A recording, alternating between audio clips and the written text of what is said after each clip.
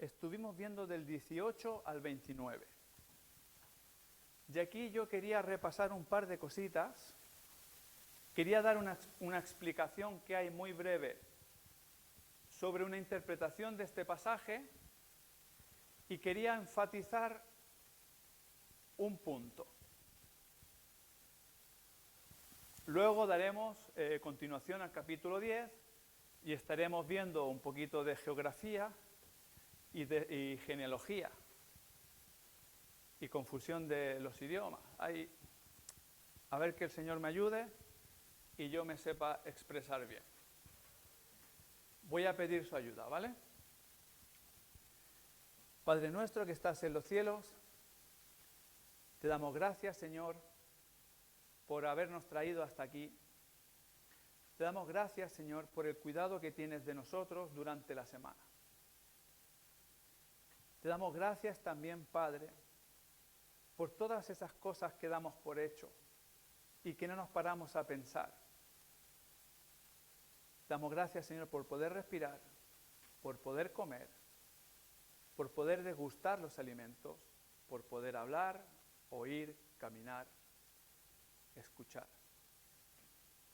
Padre eterno, te pido que me ayudes, que me acompañes hoy, Señor. Te lo pido en el nombre de tu Hijo amado, Señor. Amén. Miren, pues la semana pasada estuvimos viendo de los versículos del 18 al 29, que aquí nos narra y nos dice que los hijos de Noé fueron los que poblaron la tierra. Y también vimos que después Noé labró la tierra, plantó una viña, bebió del vino y quedó descubierto o desnudo en medio de su tienda. Y su hijo Cam, el padre de Canaán, vio la desnudez de su padre.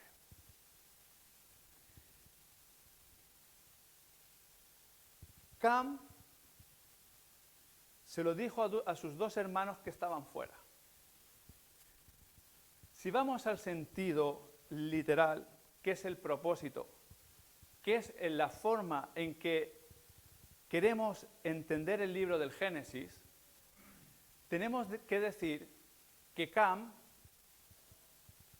Noé, se embriagó, se emborrachó, cayó al suelo tirado y quedó desnudo. Y su hijo más joven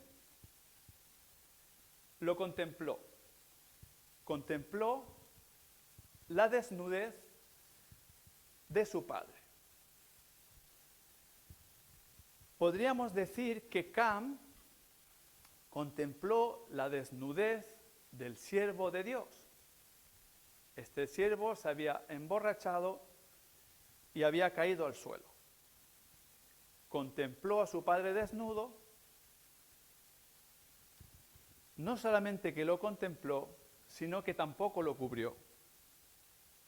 Y no contento con eso, salió fuera a decírselo a sus hermanos para que o bien ellos participaran de su pecado o a promover lo que había sucedido. La actitud de sus hermanos fue la siguiente. Ellos entraron caminando de espalda, con la ropa en sus hombros, cubrieron la desnudez de su hermano. Vueltos sus rostros, o sea, el cuello rígido, y así no vieron la desnudez de su padre, o sea, sus ojos no lo contemplaron, sino que miraron hacia un punto muerto. Caminaron hacia atrás con el rostro rígido y sus ojos perdidos para no contemplar a su padre. Sabemos que Noé se enfada mucho. Coge un gran enfado. Y esta es la interpretación literal. Vemos como sus hijos Sem y Jafet respetan a su padre, tienen una actitud piadosa de misericordia y no ven en ningún momento a su padre. En cambio, Cam se deleita en ver a ese hombre caído. Podríamos aquí pensar muchas cosas. Miren, la otra interpretación que dan es que Cam tuvo relaciones sexuales con su padre. ¿Y qué versículos se acogen a esto? Por favor, si alguien me lee, José, por favor, fuerte y en alto, Levítico 18, Levítico capítulo 18, versículos 6 y 7.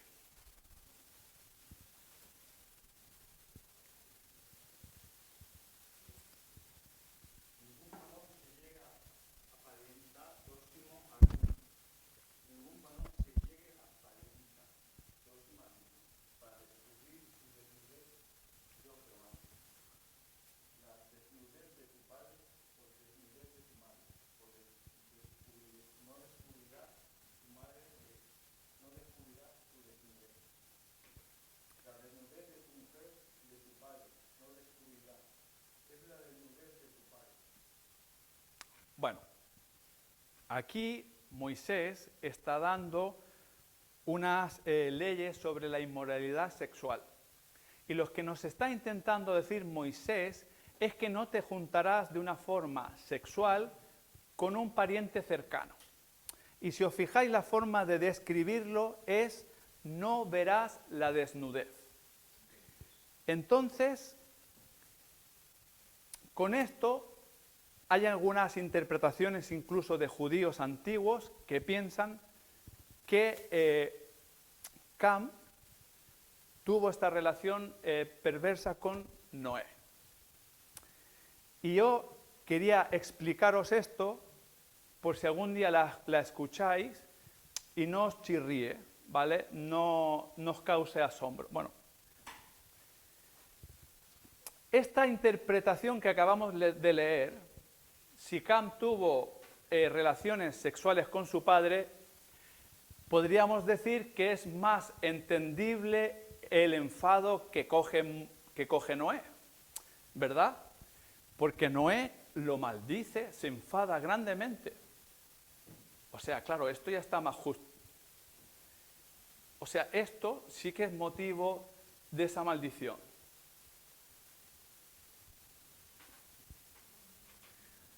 Pero yo os voy a hacer una pregunta. ¿Por qué no nos parece tan exagerado el enfado que coge Noé? Porque simplemente su hijo lo hubiese visto. Sí.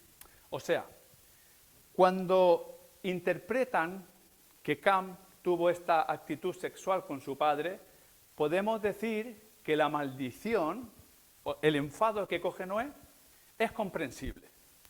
Pero a nuestro parecer, que simplemente Cam haya visto la desnudez de su padre no nos parece tan fuerte o tan exagerado para el enfado que coge Noé. ¿Por qué pasa esto? Amén. El pasaje, si lo leemos de una forma literal, Cam vio a su padre desnudo, tirado en el suelo. Lo contempló, no tuvo misericordia de él, fue corriendo a decirle a sus hermanos para que participaran de su perversión y así reírse o jactarse o lo que fuera con su padre. Dicho de otra forma, no lo vemos tan grave porque estamos insensibilizados. Lo hemos normalizado ver a personas semidesnudas. Hoy en día es el pan de cada día. Mire, para haceros un ejemplo, hace 50 o 70 años atrás, lo que era pornografía era ver a una mujer en ropa interior en revistas. Eso era pornografía. Hoy en día tenemos en la televisión, en nuestro teléfono móvil, en la publicidad de la calle, constantemente a niñas incluso ya vestidas sexualmente. Entonces, nosotros lo hemos normalizado, como también hemos normalizado, por ejemplo, la sangre y la violencia en las películas. Que alguien le corte la cabeza o que haya un derramamiento de sangre, lo vemos entre comillas normal.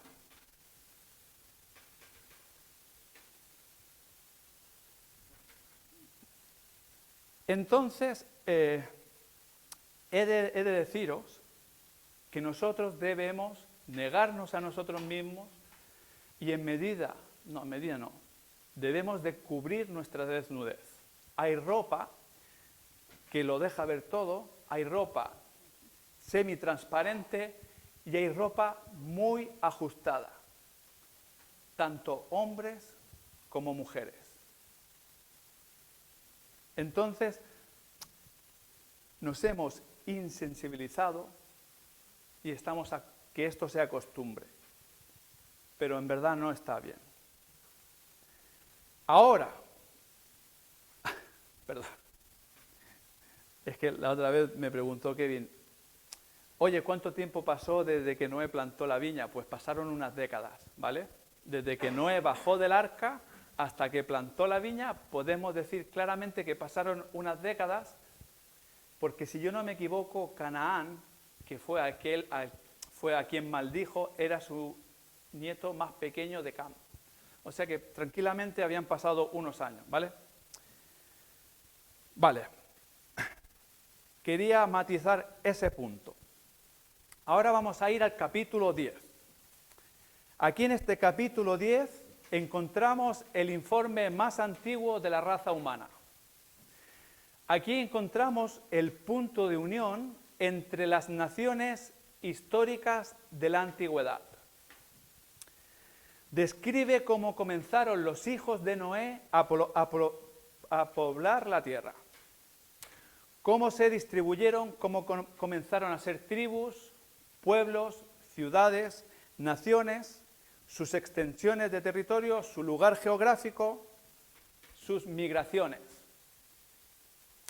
También vamos a encontrar el origen de los idiomas y sus consecuencias. Encontramos también la única explicación verdadera del origen de los idiomas. Esto no lo encontramos en el capítulo 10. Lo encontramos en el capítulo 11. ¿Qué quiere decir? En el capítulo 11, de los versículos del 1 al 9, encontramos la gran mayoría del capítulo 10. El capítulo 10 está dentro del capítulo 11, del 1 al 9. Son complementarios.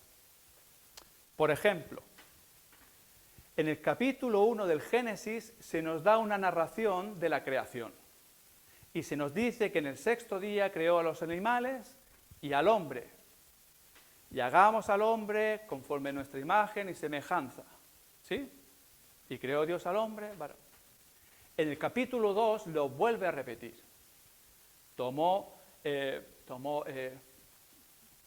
Dice,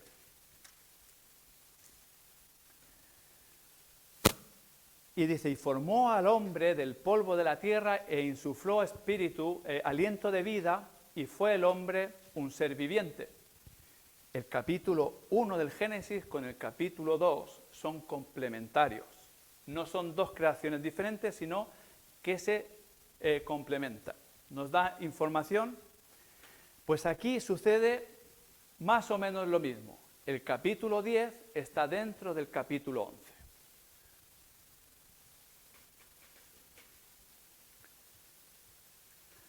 podemos decir que esto no es meramente una narración de genealogías, esto va más allá.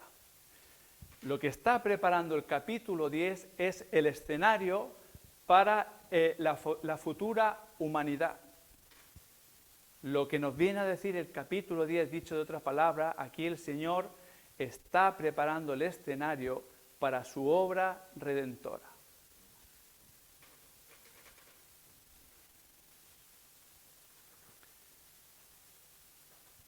Vamos a leer, por favor, para meternos en materia. No vamos a leer el capítulo 10, sino el capítulo 11, ¿vale? Y vamos a ir leyéndolo a partir de Mireia, Daniela y hacia atrás. El capítulo 11, del 1 al 9.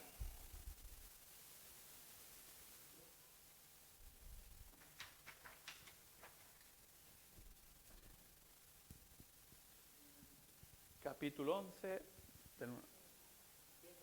Tenía entonces toda la tierra una sola lengua y unas mismas palabras. Y aconteció que cuando salieron del monte, hallaron una llanura en la tierra de Sinar, que se parecían a ellos. Y se dijeron unos a otros, vamos, hagamos ladrillos y cortámoslos con fuego. Y encendió el ladrillo en lugar de piedra, y el asfalto en lugar de mezcla. Y dijeron, vamos, edifiquemos una ciudad y una torre, cuya principio llegue a la tierra, y hagámonos un nombre, por si fuéramos esparcidos sobre la faz de la tierra. Recibió Jehová por medio de la ciudad, la torre, edificaron los hijos de Israel. Y dijo Jehová, he aquí el pueblo es mío, y todo es sano, y todos estos tienen un pueblo detrás, y ya han comenzado la obra, y nada les hará resistir ahora de lo que han comenzado a hacer. Ahora pues, refundamos y confundamos allí su lengua, para que ninguno entienda el habla de su compañero. Así los esparció Jehová desde allí, sobre la faz de toda la tierra, y dejaron de edificar la ciudad. O título. El nombre de ella, Va a ver. porque allí confundió Jehová el Bueno. lenguaje de toda la tierra, y desde allí los esparció sobre la faz de toda la tierra. Vale. Tenía entonces toda la tierra una sola lengua y unas mismas palabras. ¿Vale? Ahora vamos a volver al capítulo 10. El capítulo 10 comienza diciendo, estas son las generaciones de los hijos de Noé. Este enunciado o este título lo encontramos en varias partes. Por ejemplo, en el capítulo 5, cuando comienza dice, este es el libro de las generaciones de Adán. También vamos a verlo en el capítulo 11 que dice, estas son las generaciones de Sem. Los críticos o los eruditos o los comentaristas dan esta idea. Ellos dicen que muy probablemente alguno de aquellos hombres, registró estas genealogías y sus edades. Por ejemplo, pudo haberlo registrado Set, hijo de Adán, o sus hijos, o Noé, o Sem, o sus hijos. Fueron registrando de una forma estas genealogías. Y no es nada descabellado. ¿Por qué? Si vamos antes del diluvio, los hombres habían dominado la ganadería, la agricultura, el metal y la música. Así que no es descabellado pensar que también de una forma ordenada hubiesen escrito las genealogías y que hubiesen llegado de una forma escrita hasta Moisés. Podemos decir también que fue inspiración divina, que sería también correcto, o lo más correcto. Otra cosa que vemos aquí es que sigue nombrando por orden a Sem, a Cam y a Jafet. Pero el mayor ya sé quién es. Es Sem, el mediano Jafet y el pequeño es Cam. Y también, como viene el escritor, la forma en que viene escribiendo el Génesis, aquí vamos a encontrar genealogía. En esta genealogía encontraremos naciones, tribus, pueblos y lenguas. Y de la forma en que lo viene escribiendo, Moisés va a empezar por lo que es menos importante y va a ir a lo que es más importante. O sea, va a empezar por Jafet, seguirá por Cam y terminará por Sem, que es realmente el más importante. Con Jafet, en verdad,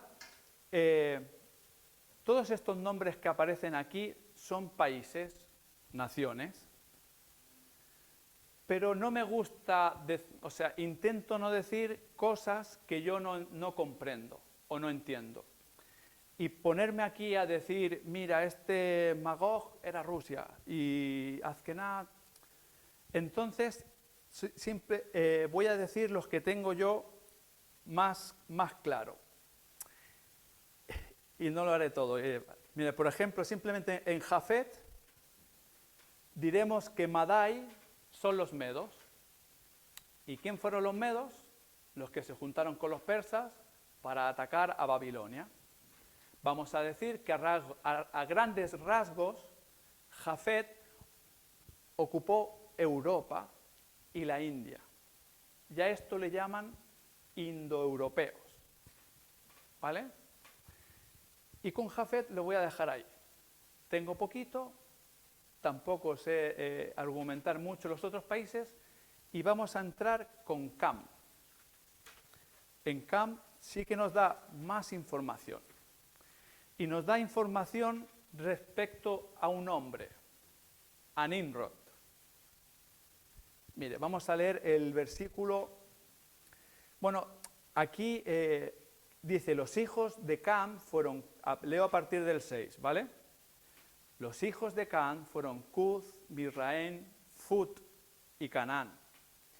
Y los hijos de Cus, Seba, Jávila, Sapta, Rama y Sapteca. Y los hijos de Rama, Seba y Debam. Y Cus engendró a Misraim, quien llegó a ser el primer poderoso de la tierra. Este fue vigoroso cazador delante de Jehová. Por lo cual se dice, así como Nimrod, vigoroso cazador delante de Jehová.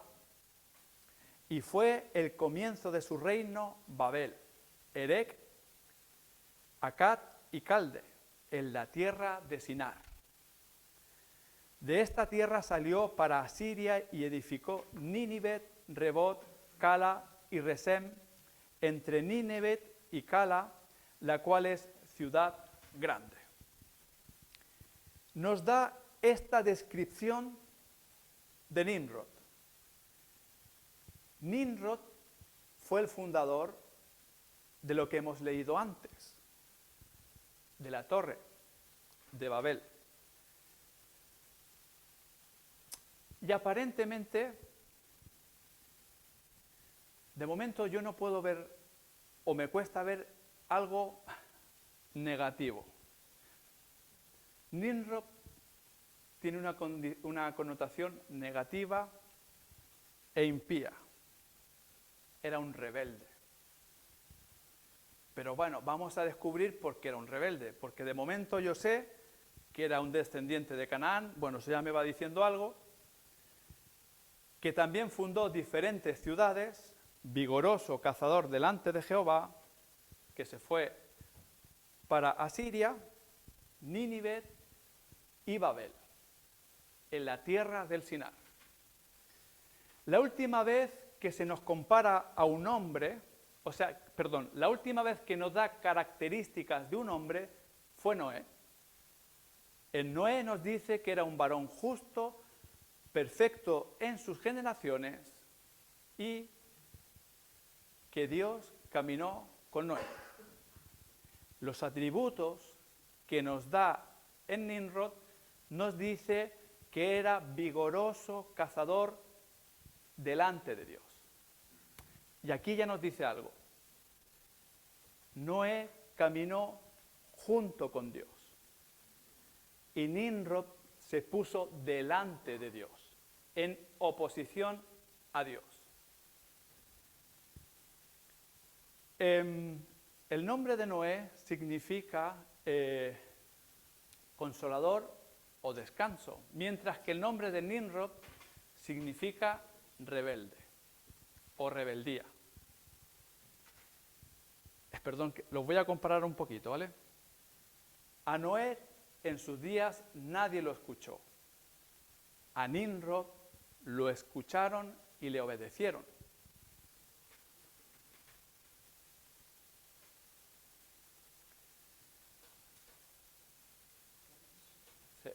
A ver, es que se me ha venido una cosa a la cabeza, pero como no he dicho se me ha olvidado. Justo y perfecto. Vale.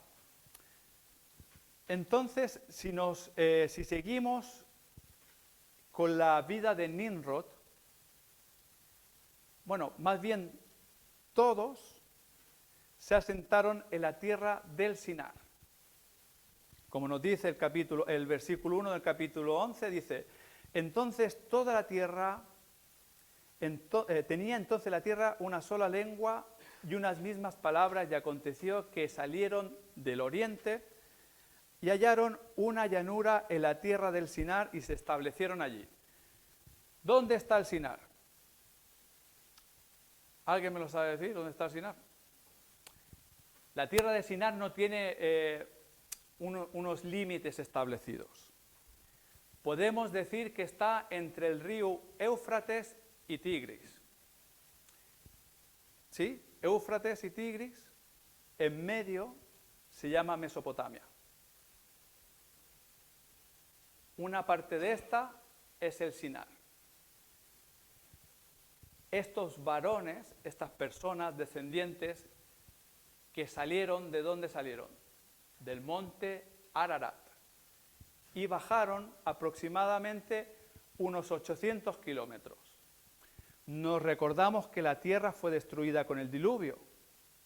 Y los nombres de Éufrates y Tigris, ¿dónde están? ¿Dónde aparecen estos nombres? Estos son los ríos que salían de Edén y regaban el huerto. Ahí vamos a ver que hay 4 ríos. Hesbón, Pisón, Heidekel y el Éufrates. Pero no está el Tigris. Bueno, en verdad sí que está el Tigris. Lo que pasa que Heidekel, parece una cerveza, pero el Heidekel es en hebreo y el Tigris pasa a ser en griego. Aquellos hombres le pusieron a esos ríos los mismos que habían en Edén. Entre el Éufrates y el Tigris, la llanura del Sinar, llano.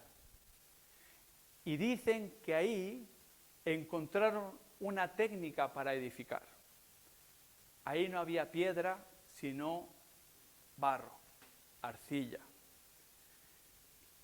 Y juntaron la arcilla, la metieron al horno y se endurece. Y encontraron lo que se llamaría el ladrillo. Esta zona en particular viene a ser Irak, Irán, toda aquella parte. Y podemos decirlo con una seguridad total que era aquella zona, porque allí se han encontrado muchos zigurats. Zigurat son edificios o templos hechos con ladrillo, edificados para la adoración a deidades. Perdón, es que me he ido un momento en esto. ¿Cómo yo sé que Nimrod tiene una connotación negativa? Nimrod se nos dice que era un vigoroso cazador, un hombre fuerte cazador, y era comprensible. En aquellos tiempos habían bestias sueltas, y Nimrod, por lo visto, daba una protección o una seguridad. Que esto, aquí no lo dice el versículo, dice que es cazador, pero seguramente que era un hombre muy, muy fuerte y no habría quien se le pusiera delante.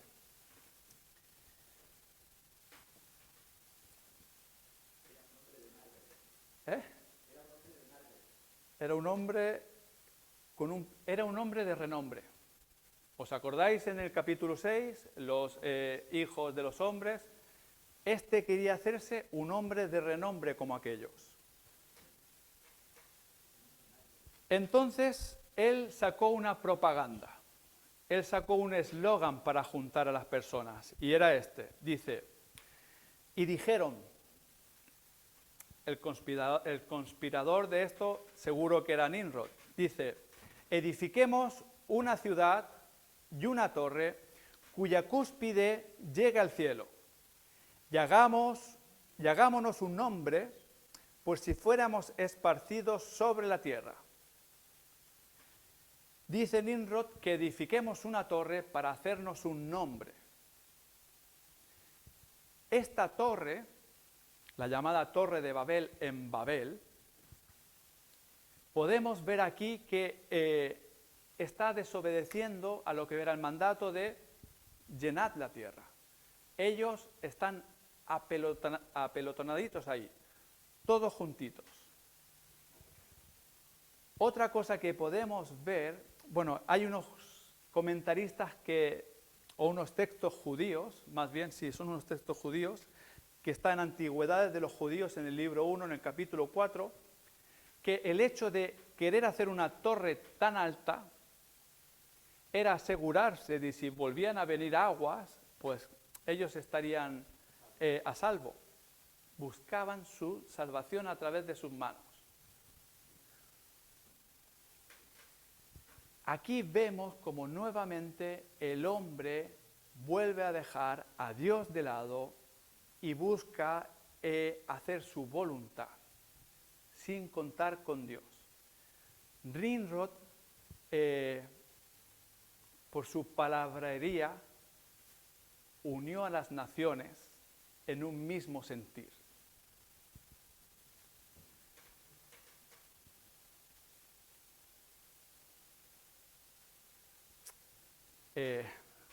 Nimrod dice que fue el primer poderoso. El hombre es arrogante. Esa construcción era solamente de una forma arrogante y de decir, yo voy a crear, yo voy a hacer. Los hombres, hay un dicho que dice, los niños quieren ser hombres, los hombres quieren ser reyes, los reyes quieren ser emperadores y los emperadores quieren ser semidioses. Este hombre era vigoroso, cazador, poderoso, fundador, colonizador, caudillo, promotor, líder ambicioso, influencer, persuadió a los hijos de los hombres para poder hacer esta edificación.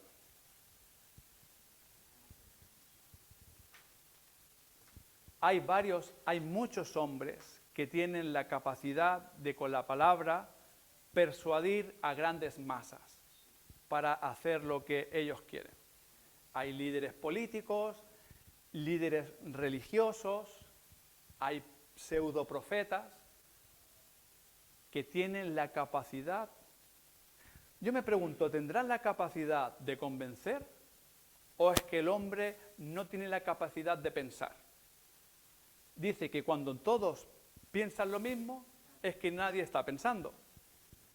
Es muy fácil subir, de hecho, como estamos vacíos, nos vamos a subir a cualquier barco. Vamos a ser arrastrados por cualquier corriente. Si no sabemos quiénes somos, ¿por qué estamos aquí? ¿Y a dónde vamos? Nos vamos a subir a cualquier barco. Nos van a decir cualquier cosa y nos las vamos a creer.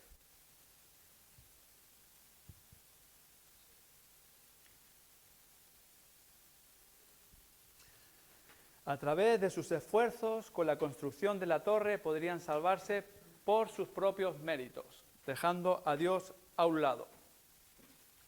Entonces Nimrod es el hostigador, es el caudillo de esta rebelión que lleva a hacer esta torre, ¿vale? Que iba a tocar el cielo. Vamos a continuar un poco más, ¿vale? Miren, aquí hay cositas muy que podemos encontrar fácilmente. Se nos dice en el 6 que los hijos de Cam fueron Cuth, Mizraim, Fut y Canaán.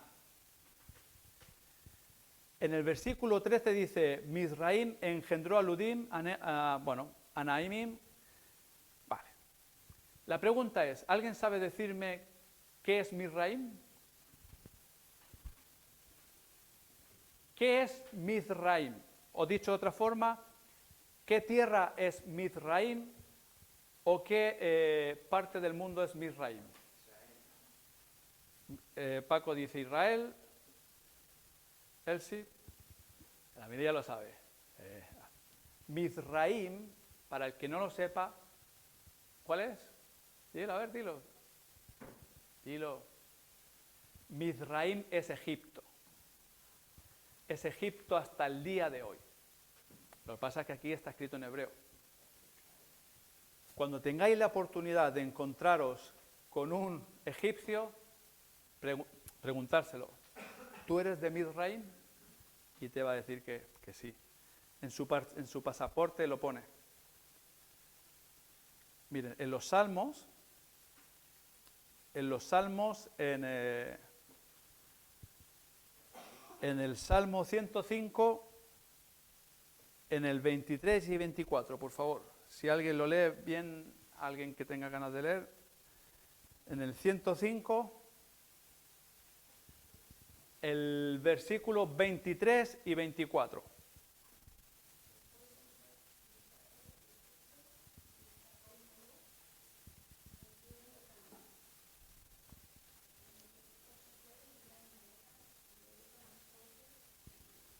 ¿Veis? Aquí dice que Israel entró en la tierra de Cam. Fue esclavo en Egipto. Bueno, aquí seguimos leyendo. El 14 dice Patrusim, Acasluim, de donde salieron los filisteos. Los filisteos ya los conocemos. Y Canaán engendró a Sidón, su primogénito. La tierra de Sidón es la costa de Libia, que hasta el día de hoy se sigue llamando así, Sidón. Dice que Sidón fue su primogénito y aquí encontramos a Het, de donde vienen los eteos o los hititas. Y si yo no me equivoco, Urías era eteo. Het, eteo, hititas. Y en el 16, por favor, Giancarlo, léeme el versículo 16. El 16 y el 17 del capítulo 10.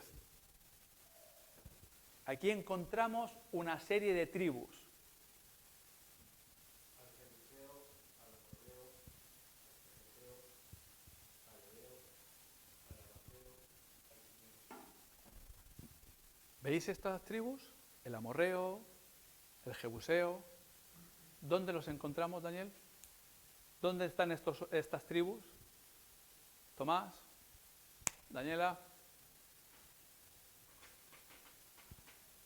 Estas tribus son los habitantes de Canaán. Cuando entra Josué y empieza a invadir, invade a todas estas tribus. Estos son descendientes, son cananitas. ¿Sí? Son los que poblaban la antigua Israel. ¿Y dónde estaban? Pues el único que sé dónde estaba, bueno, el amorreo también, pero voy a decir uno que es fácil de aprenderse. El Jebuseo. ¿Dónde habitaba el Jebuseo, Jan? ¿Dónde habitaba el Jebuseo? En Jerusalén. Ahí habitaba el Jebuseo.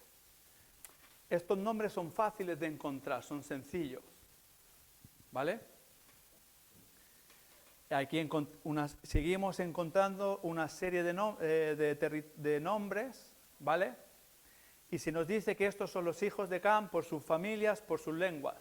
Hemos dicho que los descendientes de Jafet eran indoeuropeos y los de Cam, estamos hablando a grandes rasgos, ¿vale? Indoeuropeos Jafet y Cam pobló África. Grandes rasgos. Ahora en un mapa que si lo podemos ver, bueno, si no. Bueno, de Sem, que es el último trozo ya que nos queda, de Sem no puedo encontrar mucha concordancia geográfica, ¿vale? Pero aquí también nos da lo que es la descendencia, pueblos y naciones. En el versículo 32 al final dice, y de estos se esparcieron por las naciones en las tierras después del diluvio. Lo que creemos, jóvenes, nuestra fe no está... nuestra fe la tenemos que defender, bueno, no defender, sí. Nuestra fe no es ciega. Con nuestra inteligencia podemos estirar del hilo y saber de dónde sale todo. Yo no soy ningún erudito ni nada de eso. Nada, Pero, por ejemplo, si seguimos rascando, encontraríamos las lenguas semitas. ¿Y de dónde vienen las lenguas semitas? Que son el hebreo, el árabe... de Sem. ¿Sí o no? No se puede hacer más grande, ¿no? Vale. Miren, aquí está Israel, ¿vale?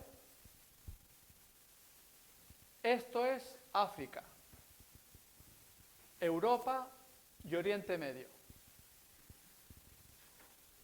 La torre de Babel y la llanura del Sinar están por aquí. Irak, Irán. Por aquí arriba está el monte Ararat.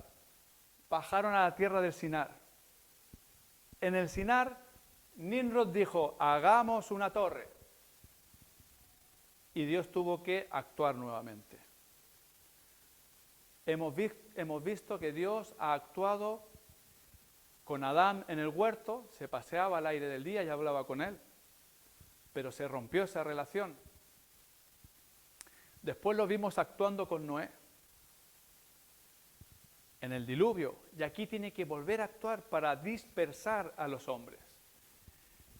Y de aquí se dispersaron, porque su idioma fue confundido. Ellos se dieron cuenta, esto fue un acto sobrenatural. ¿Puedes volver al otro por un momento? Es que quiero que veamos una cosa.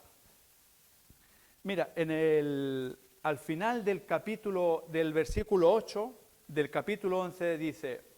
Así los esparció Jehová desde allí, sobre la faz de la tierra, y dejaron de edificar la ciudad. Por eso fue llamado el nombre de ella Babel, porque allí confundió Jehová el lenguaje de toda la tierra, y desde allí los esparció sobre la faz de la tierra. Desde este punto los expulsó. Y por aquí habitaban todos. Y yo me imagino que seguirán habitando, o sea, que se quedaron ahí habitando algunos cananeos. Pero los cananeos bajaron por aquí y habitaron Egipto y también la costa, los filisteos.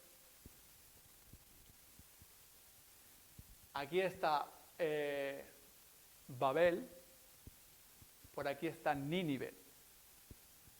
Nínive es la capital de los asirios. Y Babel es Babilonia, que ocupa un papel muy importante. Babilonia, Babel, es enemiga de Dios. Y está todo lo que estás explicando, toda la oposición tan fuerte, está toda centrada alrededor de Israel. Otro dato curioso, miren, a ver si lo sé explicar. Miren, todos los registros antiguos de las civilizaciones más antiguas son los sumerios. Casualmente, los sumerios se ubican aquí. Aquí es donde están los registros más antiguos que ha podido encontrar el hombre. Da la casualidad de que excavan y encuentran. Y en Israel también. Un dato curioso. Todos los descendientes de Noé, sin contar a Noé y a sus hijos, fueron 70. 70 fueron los hijos de Israel que entraron en Egipto. ¿Sí? 70 años estuvo Israel exiliado en Babilonia. Están las 70 semanas de la profecía de Daniel. ¿Cuántas veces debemos de perdonar a nuestro hermano? 70 veces 7. El Sanedrín se componía de 70 eruditos, de 70 sabios. La Septuaginta, que es la traducción del Antiguo Testamento al griego, la hicieron 70 escribas. En el año 70 se terminó el Sanedrín, porque en el año 70 Tito destruyó el segundo templo en Jerusalén. Dios tiene algo con este número. Seguro que se me olvidan algunos más.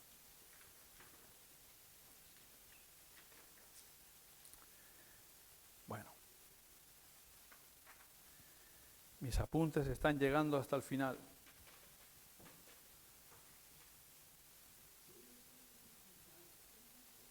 Bueno,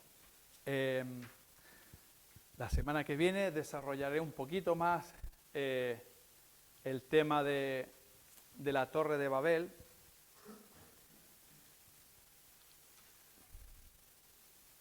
Bueno, un pequeño detalle, ¿vale? En el capítulo 11 se nos dice, en el 5 dice, en el capítulo 11, en el versículo 5 dice, y descendió Jehová para ver la ciudad y la torre que edificaban los hijos de los hombres. Y dijo Jehová, he aquí el pueblo es uno, y todos estos tienen un solo lenguaje, y han comenzado la obra, y nada les hará desistir ahora de lo que han pensado hacer. ¿Sí? Y aquí hay una forma literaria. Lo que no hay es una forma literaria. Ahora pues descendamos y confundamos allí su lengua, para que ninguno entienda el habla de su compañero. Aquí nos dice que descendamos y confundamos. Hay una lengua literaria que se llama majestático. Esto no es majestático. Majestático es una forma de hablar en plural que había en la Edad Media. Esto no es majestático. Es simplemente que Jehová está hablando en plural.